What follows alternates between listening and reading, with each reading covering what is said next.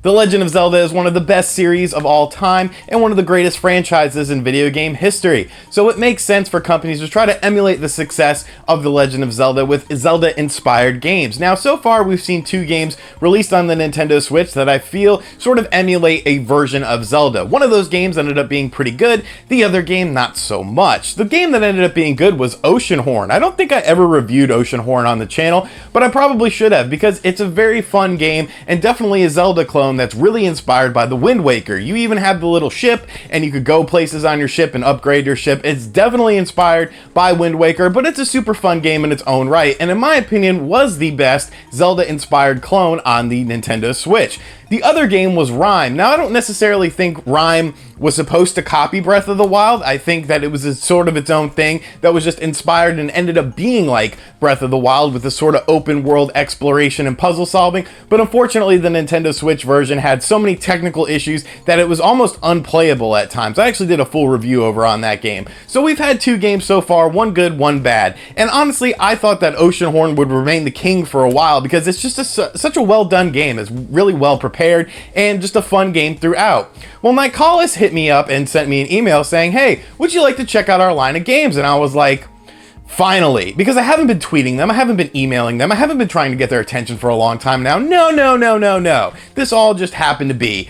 But no, seriously, Nicholas reached out to me and asked me if I wanted to start checking out their games, and of course I said yes, because I've actually bought all the Nicholas releases on the Nintendo Switch. The Binding of Isaac, Cave Story, and Tiny Barbarian. So they said, cool, we'll send you out a copy of Ittle Dew 2. So Ittle Dew 2 came in, and honestly, it sat on my couch for about a week and a half. I had other projects going on, I had other reviews I was working on, and for some reason, Ittle Dew 2 just, I don't know, it didn't grab my attention, and I hadn't played it or anything. I thought the box looked nice, but I was kind of like, I'll get to it whenever. And it's kind of a shame that I did that, because honestly, I think I was wrong with my initial impressions of Ittle Dew 2. It was a game that I thought would be okay. I was not familiar with the first entry in the series. I had never played it, but I knew it was definitely Zelda inspired. But Ittle Dew 2 ended up being a game that I ended up really liking, and I was surprised with how much I liked it. So what about Ittle Dew 2 do I like so much? And why is this now the best Zelda inspired clone on the Nintendo Switch? Let's find out.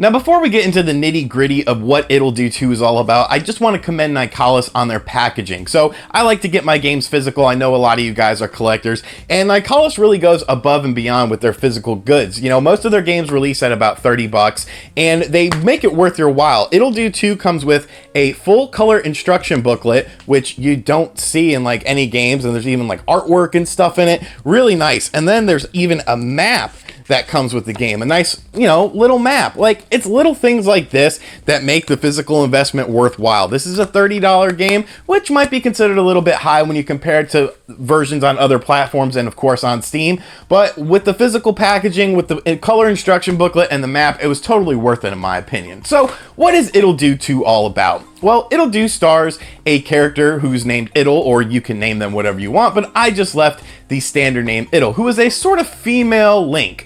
She definitely looks like Link. She's definitely inspired by Link. So Ittle and her doggo Tipsy are basically adventurers, and they go to different areas looking for adventure. And their raft breaks, and now they are put on this island, and they're like, hey, let's go look for adventures. Like, Ittle Dew 2 is not like a deep narrative like The Legend of Zelda, but there is stuff that happens within the game that sort of helps progress the game along. Once you start getting out on the island, you see what the gameplay is all about. This is definitely a game inspired by The Legend of Zelda: A Link to the Past. It has that same top-down look. It even has sort of the same aesthetic with maybe a bit more cartooniness involved and whatnot, but it's very clean, it's very nice, and the gameplay is also very reminiscent of that game. So you have your sword and you're just going around, slashing enemies and looking for stuff. And one of the big things about Ittle Dew 2 is just the exploration factor, because initially you're like, okay, you go to a dungeon, you get an item. It's sort of that traditional Legend of Zelda style of gameplay that we've seen for a while. But what makes Ittle Dew 2 interesting is that there are 8 main dungeons in the game, and for 7 of those main dungeons, you could do them in any order you want, and it really gives you an additional challenge if that's something you're looking for. Me personally, I just went in the order that they were supposed to be. One of the cool things about Ittle Dew 2 is the dungeons themselves. This game does not take itself very seriously. It's very tongue-in-cheek, there's lots of quirky humor, and I honestly found the writing, although it's a bit minimal, to be just hilarious. And like all the characters that you meet are just so unique and interesting. It's not a game that takes itself seriously, and I kind of like that about the game. It's good to have humor in the games, in video games, as long as it's done right. And I think Ittle Dew 2 does a tremendous job. It's very dry, dry humor, but it's very funny to me. So like I was saying, one of the interesting things about the dungeons is just what the dungeons are. Since this is a game that doesn't take itself very seriously, these dungeons are not your traditional, bug-ridden, dark environment dungeons. Like one of them, which was one of my favorite, is an art museum. So you go to an art museum, and then the art museum ends up being the dungeon, and you're like, okay, this is weird, but I dig it, I like where this is going. And it's just things like that that just keep the game flowing, and just the uniqueness of it, and you never really know what to expect next. Now, one of the things about exploring dungeons is the fact that, of course, you get to a boss, and then times you will get a necessary item that will help you in your quest. And these include weapon upgrades and other sorts of upgradable things that will help you in your combat, because there is sort of, I would say, one of the main problems I had with the game was sort of a little difficulty spike around the 4th dungeon. I found myself really struggling in the 4th dungeon, but then once I got beyond that, I felt like I was okay again and just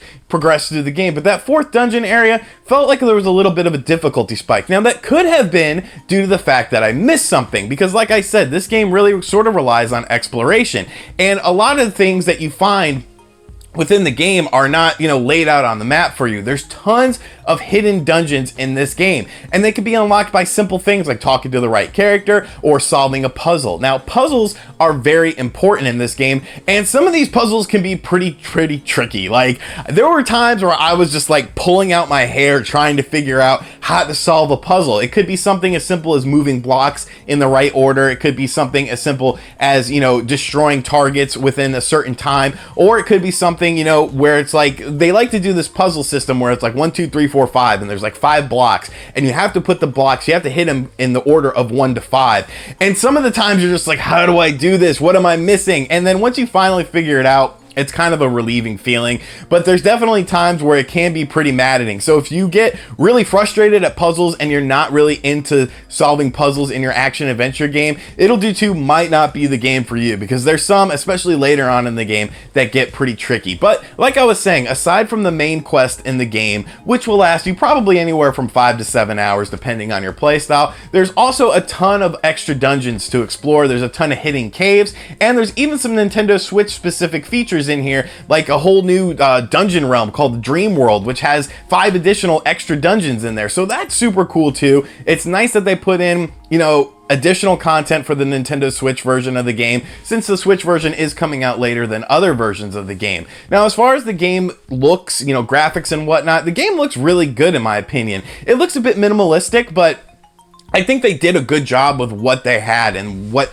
they were trying to present in the game. It's definitely sort of a cartoony art style. All the enemies look nice. Everything is animated well. And like I said, the game relies a lot on humor. So like in the aforementioned art museum, there's just very funny pictures going on. And there's all sorts of little intricacies and sort of nods to The Legend of Zelda that you'll find throughout the game. Very interesting stuff. I really like the aesthetic. It's very clean, very simple. It looks great in docked mode. It also looks great in handheld mode. There's no noticeable downgrade, which is very important. Now, another area this game really excels in my opinion, is the audio. This game has some absolutely amazing music. I'm actually gonna stop talking for a minute and play a little snippet of an audio track that was one of my favorite in the game.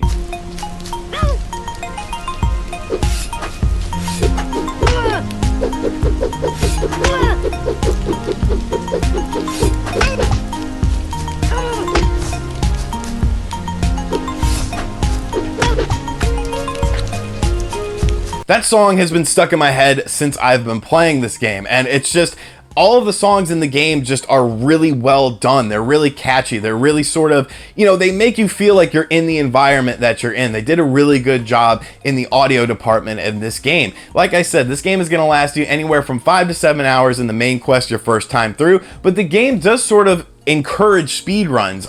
There's actually a leaderboard system with the top record for how fast that people have gotten through the game, and somebody did the game in like 46 minutes, which just absolutely blows my mind, because I can't imagine getting through this game in 46 minutes, especially when it took me, you know, upwards of 7 hours to get through it my first time without completing all the additional side missions and side dungeons. Now, there's also secret shards that you get within the game that also unlock more dungeons, so it's pretty much a game that if you want to get through it real fast, if you only care about the main plot line, which, you know, isn't very deep, it's not a deep narrative game, then you're going to get about 5 to 7 hours. If you care to explore and you like the gameplay mechanics, you like the world that you're in, you like the different items that you equip and whatnot, there's a lot more you can do within this game, and there's a lot you can get from this game. So Ittle Dew 2 honestly has taken over Oceanhorn as the best Legend of Zelda clone on the Nintendo Switch so far. It's a very charming game, it's very funny, it's very well animated,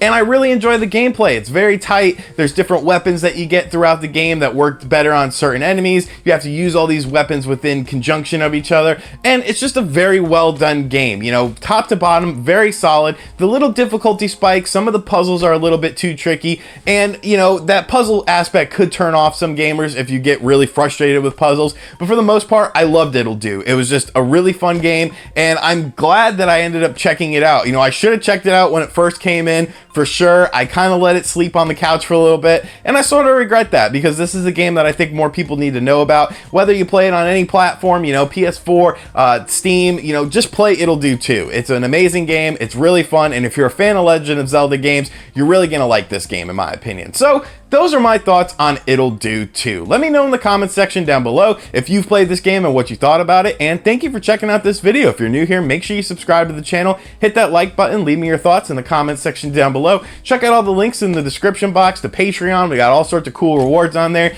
t-shirts, social media for you to follow me on, all sorts of fun stuff. Thank you for watching this video. I will catch you guys next time. Later. RGT NA5, RGT NA5.